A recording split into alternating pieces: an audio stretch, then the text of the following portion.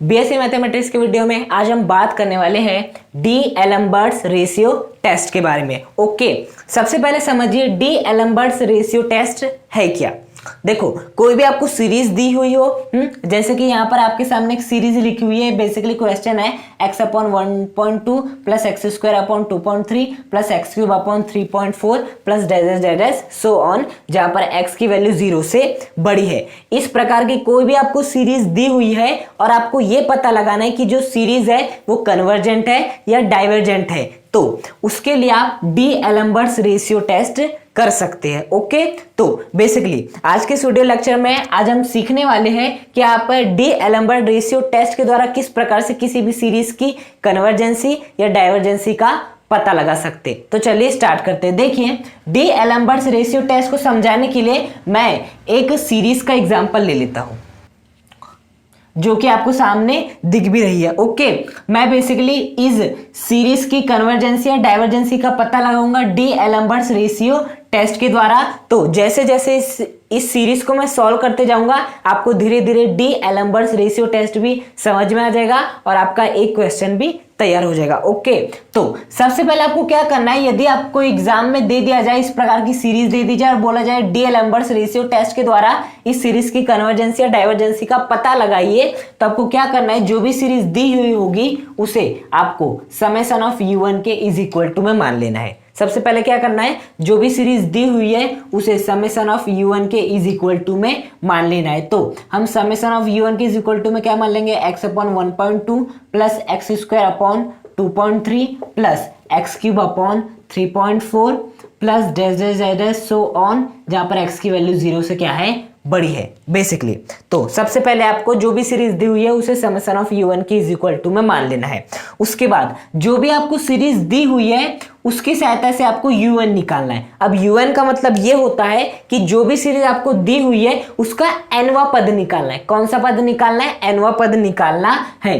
तो यदि मैं बात करूं, ये जो आपको सीरीज दी हुई है इसका nवां पद क्या हो सकता है, बेसिकली ये क्या है, आपका पहला पद है, ये दूसरा पद है, ये तीसरा पद है, इसी प्रकार से चौथा आएगा, पांचवा आएगा, छठा आएगा, ऐसे ऐसे n तक जा सकता है, n से आगे भी जा सकता है। हमें तो nवां पद प्राप्त करना है, तो आपको nवां पद इस प्रकार से लेना है, इस प्रकार से समझना है, इस प्रकार से बनाना है कि आप उस nवें पद से पहला पद निकालने जाएंगे तो वो भी बन जाए, आ जाए, दूसरा पद बनाने जाएंगे तो वो भी आ जाए, तीसरा पद बनाने जाएंगे तो वो भी आ जाए। तो यदि मैं पहले पद, दूसरे पद, तीसरे पद को ध्यान में रखते हुए nवां पद बनाना चाहूँ तो वो कुछ इस प्रकार से होगा, x raise to the power n divide by n into n plus 1।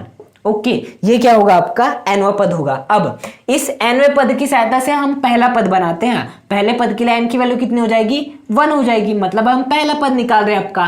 तो n के स्थान पे क्या रख देंगे, बेसिकली 1 रख देंगे। ओके, तो n के स्थान पे क्या रख देते हैं, 1 डिवाइड बाय n के स्थान पे क्या रख देते हैं, 1 इंटू n प्लस 1, मतलब 1 प्लस 1 आ जाएगा। 1 प्लस 1 कितना होता है, बेसिकली आपका 2 होता है। हाँ, तो बेसिकली क्या हो जाएगा, पहला पद x अपॉन 1.2 जो कि आप देख सकते हो। हाँ, यदि मैं n के स्थान में बेसिकली क्या रखता हूँ, आपका 2 रखता हूँ। n के स्थान पे 2 रखने का मतलब है कि मैं दूसरा पद देख रहा हूँ। दूसरे पद के लिए मुझे n के स्थान पे क्या रखना पड़ेगा, 2 रखना पड़ेगा। अब यहाँ पर n के स्थान पे क्या रखना पड़ेगा, बेसिकली 2 रखना पड़ेगा, और यहाँ पर भी n के स्थान पे क्या रखना पड़ेगा, बेसिकली 2 रखना पड़ेगा। 2 प्लस 1 कितना होता है, बेसिकली आपका 3 होता है। तो 2.3 एक्स स्क्वायर अपॉन 2.3, और आप देख सकते हैं दूसरा पद क्या है, एक्स स्क्वायर अपॉन 2.3 है। मतलब ये जो हमने nवां पद निकाले हैं, ये जो हमने ऐसा सोचे है कि जो आपका nवां पद होगा u1 is equal to xn upon n into n plus 1, ये आपका nवां पद है और ये nवां पद ही है। क्यों, क्योंकि इसकी सहायता से हमने पहला पद निकाले, वो भी निकल गया, दूसरा पद निकाले, वो भी निकल गया, तीसरा पद निकालने जाएंगे, बेसिकली आपका वो भी क्या हो जाएगा, आसानी से निकल जाएगा। ओके, तो इस प्रकार से आपको nवां पद क्या करना है, फाइंड करना है। कई बार क्वेश्चन में खुद ही nवां पद दे देता है, नहीं तो हमें खुद nवां पद फाइंड करना रहता है। तो इस सीरीज के लिए nवां पद क्या निकला, u1 is equal to xn upon n into n plus 1। अब un आपने निकाल लिए, उसके बाद आपको क्या करना है, un प्लस 1 निकालना है। बेसिकली आपने nवां पद निकाल लिए। अब आपको डी एलम्बर्ट रेशियो टेस्ट में यही करना रहता है कि आपको u1 निकालना रहता है, nवां पद निकालना रहता है, उसके बाद n प्लस 1वां पद निकालना रहता है। तो n पद निकालना था। अब हमें n+1 पद निकालना है, तो जहां जहां n है वहां वहां n+1 रख दो, तो n के स्थान पे n+1, यहाँ पर भी n के स्थान पे क्या आ जाएगा n+1 डिवाइड बाय n के स्थान पे क्या आ जाएगा आपका n+1। अब इस n के स्थान पे क्या आ जाएगा बेसिकली n+1 आ जाएगा, और ये +1 जैसा का वैसा। हाँ, बेसिकली nवा पद क्या होता है ये। अब आपको n+1 पद निकालना है, तो जहां जहां n है वहां पर n+1 रख दो, यहाँ पर n+1, n के स्थान पे n+1 और इस n के स्थान पे n+1, और ये 1 आपका जैसा का वैसा। अब इस सॉल्व कर लीजिए।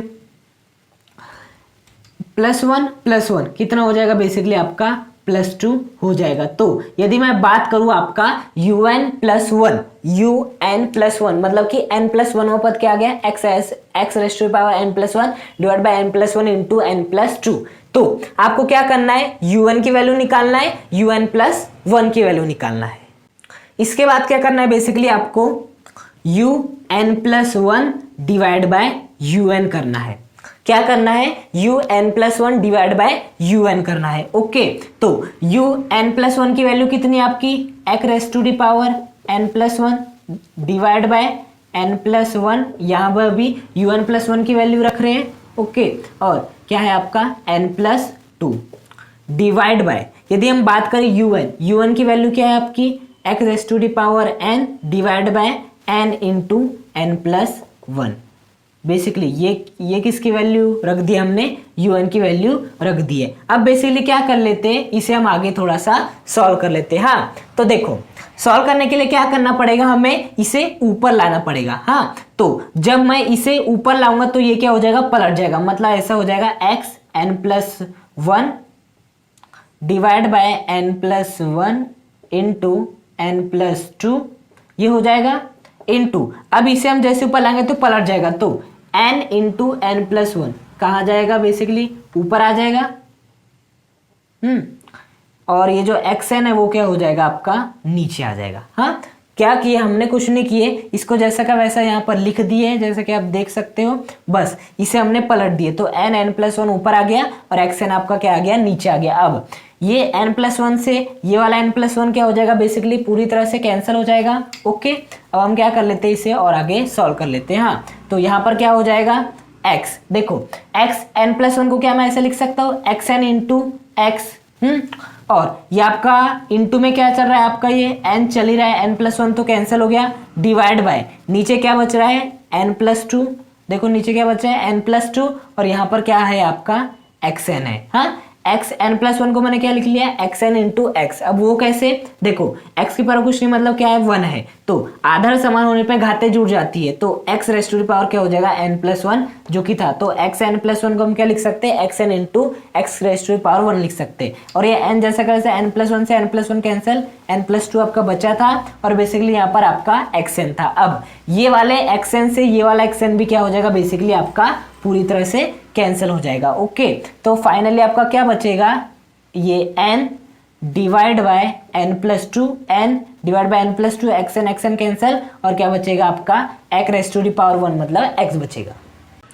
अब बेसिकली जैसे आपने un+1 डिवाइड बाय un की वैल्यू निकाल लिए, बेसिकली आपको limit n tends to infinity, basically क्या लेना है un+1 डिवाइड बाय un की लिमिट ले लेना है, limit n tends to infinity. तो basically un+1 divide by un की वैल्यू क्या है n divide by n+2 into x है, तो मैंने इसकी लिमिट लिया हूँ, तो मुझे इसकी भी क्या लेना पड़ेगा, लिमिट लेना पड़ेगा। तो यहाँ पर मैं लिमिट ले लेता हूँ, limit n tends to infinity n/n+2 into x। अब देखिए आगे किस प्रकार से हम सॉल्व करते हैं, यहाँ पर लिमिट क्या आ जाएगा, यहाँ पर n टेंड्स टू इन्फिनिटी आ जाएगा। अब क्या कर लेते हैं हम, ऊपर के n को जैसा का वैसा रख देते हैं। अब नीचे से हम क्या कॉमन ले लेते हैं, n कॉमन ले लेते हैं। हाँ, तो n कॉमन ले लिया, अंदर क्या बचेगा आपका 1+2/n बचेगा। क्या बचेगा 1+2/n बचेगा, और इंटू में आपका x जैसा का वैसा। हाँ, इस n का इंटू अंदर करें n इंटू 1 n, और n का इंटू 2/n से करें n से n कैंसिल, बेसिकली 2 आ जाएगा। अब बेसिकली ये वाले n से ये वाला n क्या हो जाएगा बेसिकली कैंसिल हो जाएगा। हाँ, तो फाइनली आपके पास क्या बचेगा 1/1+2/n बचेगा, क्रॉस इनटू क्या कर देंगे हम x कर देंगे। अब आप सोच रहे होंगे कि हमने ऐसा क्यों किए, मतलब कि n को नीचे से कॉमन लिए फिर कैंसिल कर दिया। हम सीधे सीधे n टेंस टू इन्फिनिटी भी तो रख सकते थे, जो हमारा आया था n अपॉन n+2 में सीधे सीधे हम n के स्थान पे इन्फिनिटी भी रख सकते थे। रख के देखो, n के स्थान पे इन्फिनिटी रखोगे, नीचे भी n के स्थान पे इन्फिनिटी रखोगे, इन्फिनिटी प्लस 2 कितना होता है infinity, infinity upon infinity infinity. और बेसिकली जब भी हम लिमिट को सॉल्व करते हैं तो इस प्रकार से प्रयास रहता है कि हमें कुछ ना कुछ वैल्यू प्राप्त हो सके, या तो इन्फिनिटी प्राप्त होता है। इसलिए हमने क्या किए, बेसिकली ऊपर वाले n को जैसे का वैसे रख दिया, नीचे से n कॉमन ले लिया, n से n कैंसिल हो गया। अब यदि मैं इस n के स्थान पे इन्फिनिटी भी रखता हूँ, हाँ देखो मैं आपको रख के दिखाता हूँ, 1/1 + 2 अपॉन n के स्थान पे क्या रख देते हैं इन्फिनिटी, और इंटू x जैसा का वैसा। 2 अपॉन इन्फिनिटी की वैल्यू कितनी होती है आपकी, 0 होती है। हाँ 1 + 0 कितना होता है आपका, बेसिकली 1 होता है, और 1/1 कितना होता है आपका 1 होता है। और यदि मैं 1 × x की बात करूं तो बेसिकली कितना होता है x होता है। मतलब यहां से हमें एक बात समझ में आती है कि जो आपकी limit n tends to infinity है un+1 डिवाइड बाई un की जो वैल्यू आई है वो बेसिकली किसके इज इक्वल टू में आई है, x के इज इक्वल टू में आई है। ओके, तो आपको क्या कर देना है, जो भी आपका limit n tends to infinity un+1 divide by un की वैल्यू आई है उसको इस प्रकार से लिख लेना है। अब बेसिकली x की वैल्यू किससे बड़ी होगी, 0 से बड़ी होगी। सदैव x की वैल्यू किससे बड़ी होगी, 0 से बड़ी होगी। हाँ यहां पर 3 केस बन सकते, पहला केस क्या हो सकता है, दूसरा केस क्या हो सकता है, और तीसरा केस क्या हो सकता है, ये आप हमें बताइए। तो यदि ये वाले x की वैल्यू 1 से क्या हो, छोटी हो, मतलब ये जो limit n tends to infinity un+1 divide by un की जो वैल्यू x आई है, यदि वो x की वैल्यू 1 से बेसिकली छोटी हो तो ये वाली जो सीरीज होगी वो कैसी सीरीज होगी आपकी, कन्वर्जेंट सीरीज होगी। कैसी सीरीज होगी, कन्वर्जेंट सीरीज होगी। और यही यदि x की वैल्यू बेसिकली 1 से बड़ी हो, किससे बड़ी हो, 1 से बड़ी हो, तो बेसिकली कौन सी सीरीज होगी, ये डाइवर्जेंट सीरीज होगी। ये जो आपको सीरीज दिखाई दे रही है ना, ये वाली सीरीज कन्वर्जेंट कब होगी, जब ये वाले जो x की वैल्यू है वो 1 से छोटी हो। ये वाली जो सीरीज है आपकी डाइवर्जेंट कब होगी, जब ये वाली जो x की वैल्यू हो वो 1 से बड़ी हो। और यदि x की वैल्यू 1 के बराबर हो गई तो ये वाला जो टेस्ट है वो बेसिकली क्या हो जाएगा आपका, फेल हो जाएगा। बेसिकली ये वाला टेस्ट क्या हो जाएगा आपका, फेल हो जाएगा। हाँ तो यहां पर हमें 3 कंडीशन मिल रही है। पहले कन्वर्जेंट के लिए क्या होगी, x की वैल्यू 1 से क्या होनी चाहिए, छोटी। यदि x की वैल्यू 1 से छोटी है मतलब ये वाली सीरीज कन्वर्जेंट होगी। x की वैल्यू यदि 1 से बड़ी है तो ये वाली सीरीज डाइवर्जेंट होगी। और यदि x की वैल्यू 1 के बराबर हो तो टेस्ट फेल हो जाएगा, मतलब जो डी-एलेम्बर्ट रेशियो टेस्ट है वो फेल हो जाएगा। अब यहाँ पर बात ये आती है कि x की वैल्यू बेसिकली क्या होगी, क्या वो 1 से छोटी होगी, 1 से बड़ी होगी, या 1 के बराबर होगी। ये तो कुछ भी हो सकता है, क्योंकि यहां पर बस क्वेश्चन ने ये बोला है कि x की वैल्यू 0 से बड़ी होनी चाहिए। अब x की वैल्यू 0 से बड़ी मतलब 1 भी हो सकती है, 2 भी हो सकती है। यदि 2 हो गई तो x की वैल्यू 1 से बड़ी हो जाएगी, 1 से बड़ी हो जाएगी मतलब सीरीज आपकी डाइवर्जेंट हो जाएगी। अब ऐसा भी हो सकता है कि x की वैल्यू को उसने 0 से बड़ी होने कहा है, 0 से बड़ी होने को कहा है। तो बेसिकली 0.5 ये वैल्यू 0 से बड़ी है और बेसिकली 1 से छोटी भी है, मतलब अब सीरीज क्या हो जाएगी, कन्वर्जेंट हो जाएगी। मतलब अब हम दुविधा में फंस जाए, पूरी जो इस सीरीज की जो कन्वर्जेंसी है या डाइवर्जेंसी है वो किस बात पर डिपेंड करती है, वो डिपेंड करती है इस x की वैल्यू पर। यदि x की वैल्यू 1 से छोटी है तो ये वाली सीरीज कन्वर्जेंट हो जाएगी, यदि ये वाले x की वैल्यू 1 से बड़ी है तो ये वाली सीरीज डाइवर्जेंट हो जाएगी, और यदि ये वाली सीरीज x के बराबर है तो टेस्ट ही फेल हो जाएगा। मतलब ये वाला टेस्ट अब आपको नहीं बता सकता x बराबर 1 पर कि ये वाली सीरीज कन्वर्जेंट होगी या डाइवर्जेंट होगी।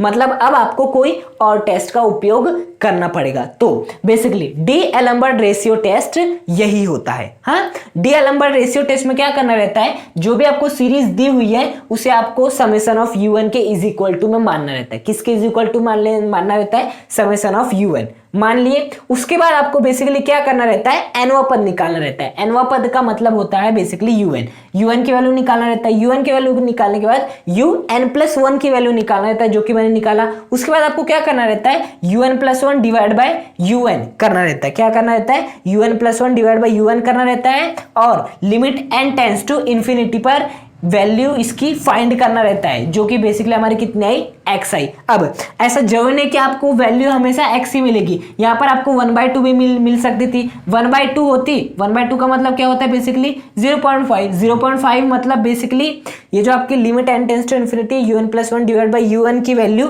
1 से छोटी होती, और यदि इसकी वैल्यू 1 से छोटी होती तो ये वाली सीरीज क्या हो जाती, कन्वर्जेंट हो जाती। लेकिन बेसिकली यहाँ पर हमें क्या प्राप्त हुआ है, x प्राप्त हुआ है। यहाँ पर x प्राप्त हुआ और कंडीशन दी x की वैल्यू 0 से बड़ी होनी चाहिए। अब यदि x की वैल्यू 0 से बड़ी होनी चाहिए तो 0.5 भी हो सकती है, 0.5 होगी तो 1 से छोटी कन्वर्जेंट।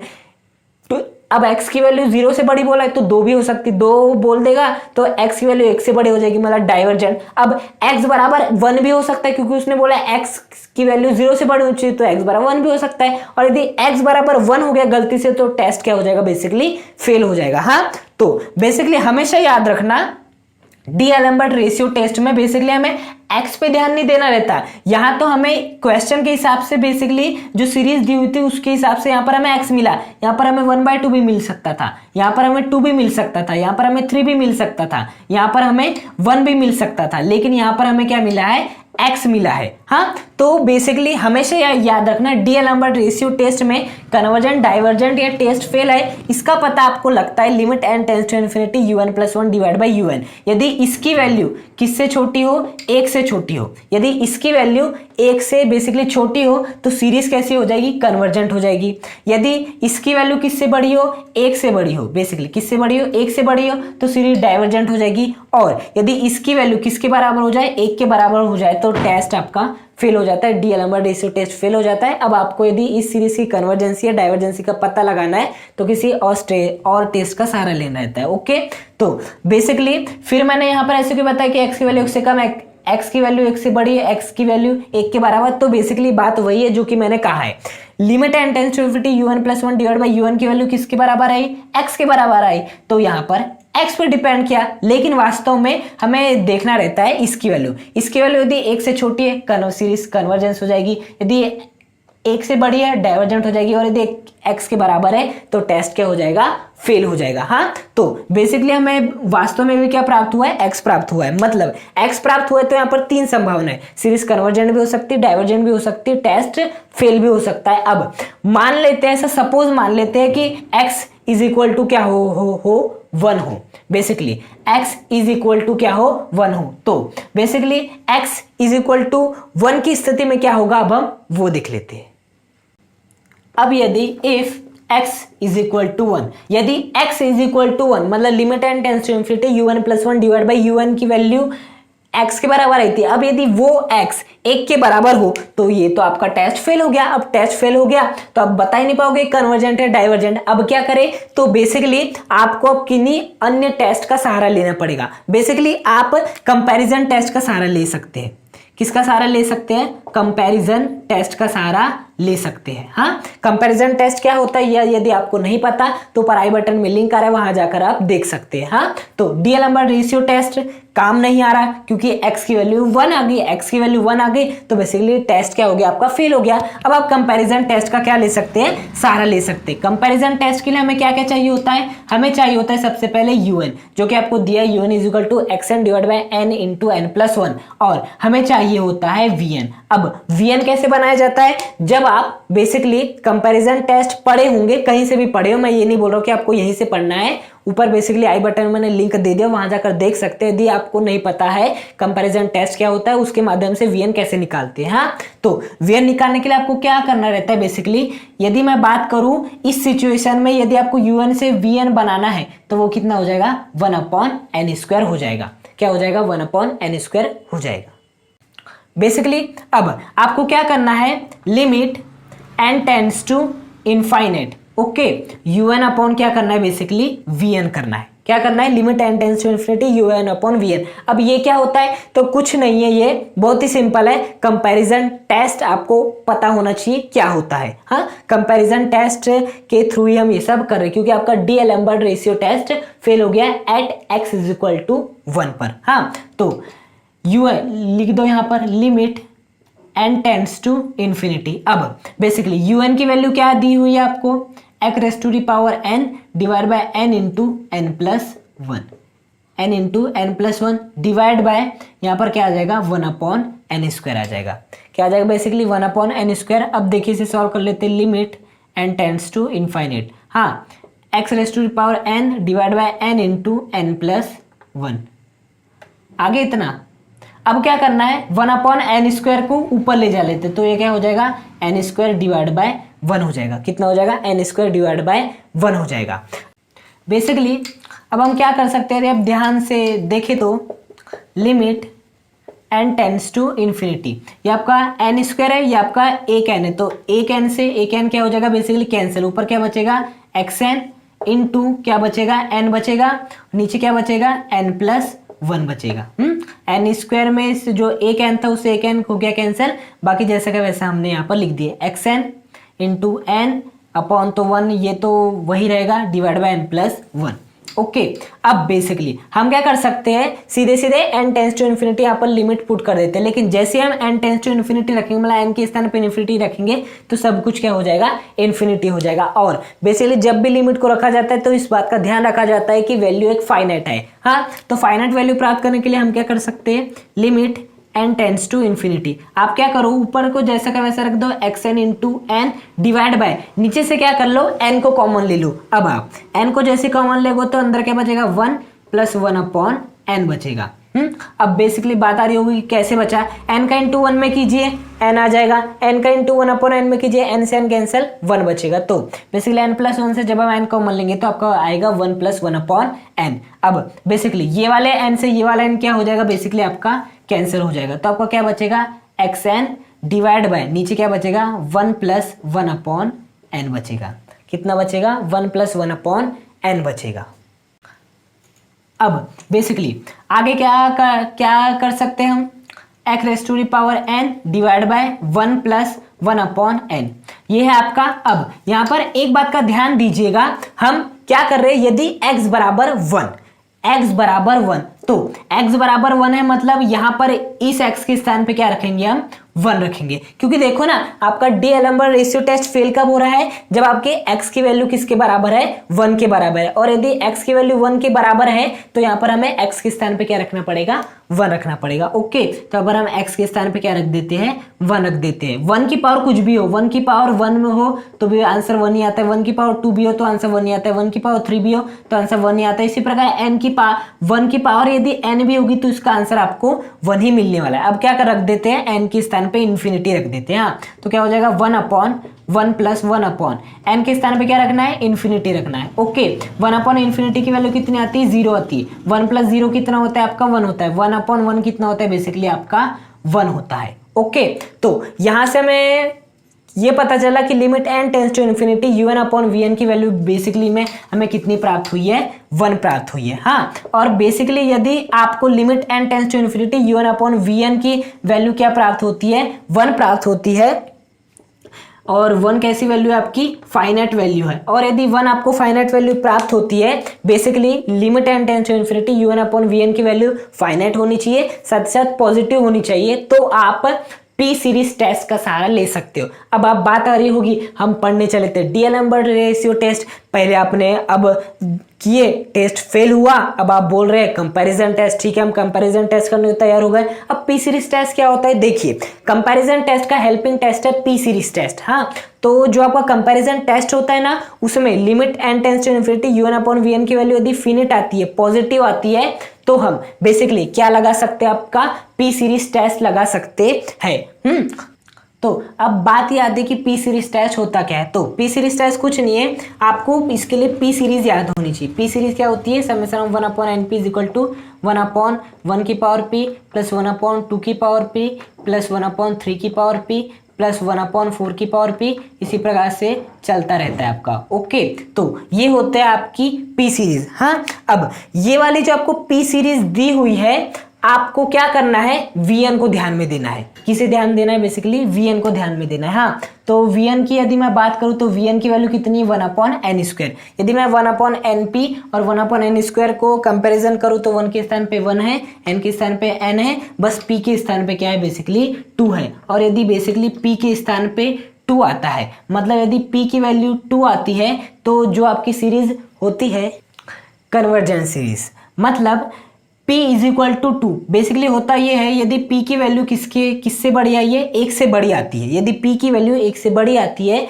तो जो भी आपको सीरीज दी हुई होती है वो कैसी सीरीज होती है, कन्वर्जेंट सीरीज होती है। और यदि बेसिकली P की वैल्यू किससे छोटी आती है, 1 से छोटी आती है, 1 के बराबर आती है, तो ये वाली सीरीज कैसी होती है, डाइवर्जेंट सीरीज होती है। चूंकि इसके केस में हमें बेसिकली P की वैल्यू कितनी प्राप्त हुई है, बेसिकली 2 प्राप्त हुई, जो कि 1 से बड़ी है। और यदि 1 से बड़ी है तो बेसिकली ये वाली जो सीरीज दी हुई है आपको, ये वाली सीरीज क्या हो जाएगी, आपकी कन्वर्जेंट सीरीज हो जाएगी। और बेसिकली कन्वर्जेंट सीरीज कब होगी, जब हमने x बराबर 1 माने, मतलब x बराबर 1 पर ये वाली जो सीरीज है वो बेसिकली क्या हो जाएगी, कन्वर्जेंट हो जाएगी। हाँ, तो बेसिकली ये होता है D'Alembert's ratio test. D'Alembert's ratio test क्या होता है आपका, बेसिकली इसमें 3 कंडीशन बनती है, जो आपका limit n tends to infinity un+1 divide by un कि यदि वैल्यू 1 से छोटी आती है तो बेसिकली सीरीज क्या होती है, कन्वर्जेंट। यदि 1 से बड़ी आती है तो डाइवर्जेंट। और यदि बेसिकली 1 के बराबर आती है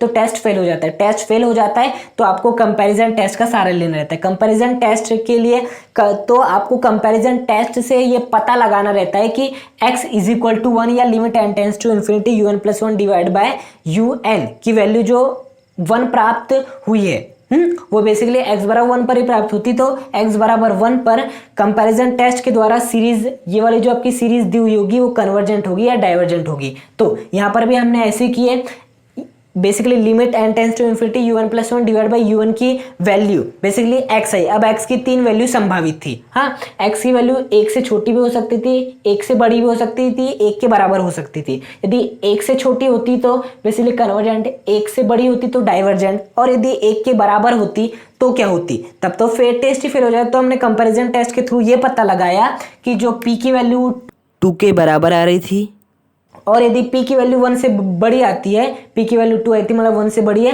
तो सीरीज क्या होती है, बेसिकली कन्वर्जेंट होती है। मतलब यदि हम बात करें इस टेस्ट की इस जो सीरीज है इसकी कन्वर्जेंसी या डाइवर्जेंसी, तो जब आपके x की वैल्यू 1 से छोटी होगी तो कन्वर्जेंट होगी, x का मान 1 से बड़ा होगा तो सीरीज डाइवर्जेंट होगी, और यदि x की वैल्यू 1 के बराबर भी होगी तो भी सीरीज क्या होगी, कन्वर्जेंट ही होगी।